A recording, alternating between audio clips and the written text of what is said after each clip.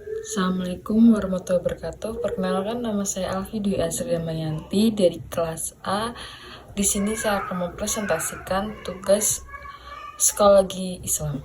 Oke, dengan judul Hikmah di Balik Kuasa Allah yang Merendahkan dan Meninggikan. Isi pembahasannya ada pengertian kuasa Allah dalam merendahkan dan meninggikan, dalil Al-Quran tentang kuasa Allah, lalu ada hikmah di balik kuasa Allah yang merendahkan dan meninggikan, contoh kuasa Allah dalam kehidupan nyata, dan terakhir adalah relevansi dalam kehidupan modern. Pengertian kuasa Allah dalam merendahkan dan meninggikan. Kuasa Allah dalam merendahkan dan meninggikan adalah bukti kebesaran dan keadilannya yang tak terbatas dalam mengatur kehidupan manusia dan makhluk-makhluknya. Fenomena ini menunjukkan bahwa Allah memiliki kendali penuh atas segala sesuatu, termasuk kedudukan nasib dan kemuliaan seorang hambanya.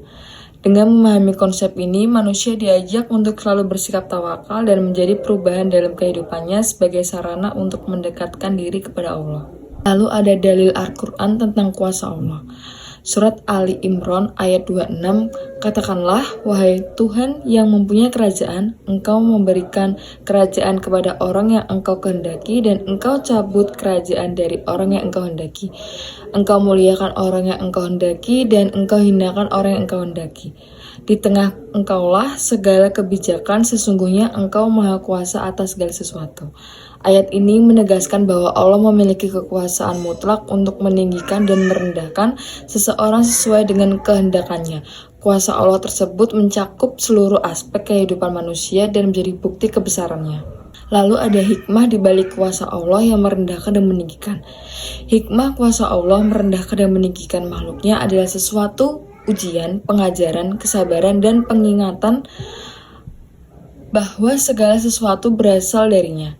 Perbedaan status mengajarkan ketergantungan pada Allah, kesetaraan dengan takwa sebagai ukuran utama, serta membangun karakter untuk kemuliaan di akhirat.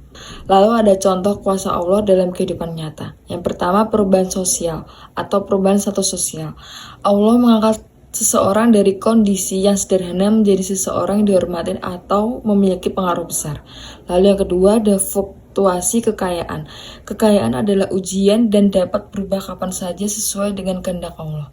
Lalu yang ketiga, penyembuhan dari penyakit. Banyak kasus di mana seseorang yang didiagnosis dengan penyakit berat bahkan dianggap tidak memiliki harapan sembuh oleh dokter, ternyata bisa kembali sehat dengan atas izin Allah. Lalu yang keempat, ada keselamatan dalam bencana.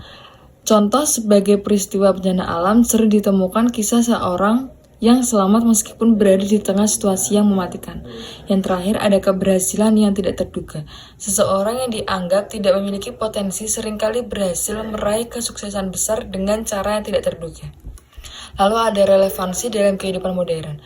Kesuksesan dalam karir dan pendidikan dunia yang sangat kompetitif, pencapaian dalam karir atau pendidikan seringkali dianggap sebagai hasil kerja keras dan kecerdasan.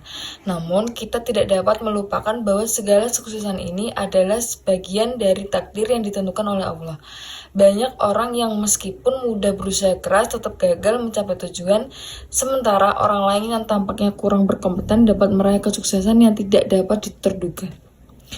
Relevansi kuasa Allah dalam hal ini mengajarkan kita untuk tetap tawakal dan bersyukur atas setiap pencapaian, serta tidak meremehkan orang lain berdasarkan capaian duniawi sementara. Oke, kesimpulannya adalah dari pembahasan ini mengenai kuasa Allah yang merendahkan dan meninggikan ini merupakan bahwa segala sesuatu perubahan dalam kehidupan sosial, baik berupa peningkatan atau penurunan status sosial, kekayaan, kesehatan maupun keselamatan adalah manifestasi dari kebesaran dan kehendak Allah yang Maha Kuasa. Setiap peristiwa yang terjadi dalam hidup, baik yang membawa kebahagiaan maupun kesulitan, sesungguhnya merupakan ujian dan pembelajaran bagi setiap individu untuk senantiasa bersyukur, bersabar, dan bergantung sepenuhnya kepada Allah. Oke, sekian presentasi dari saya. Wassalamualaikum warahmatullahi wabarakatuh.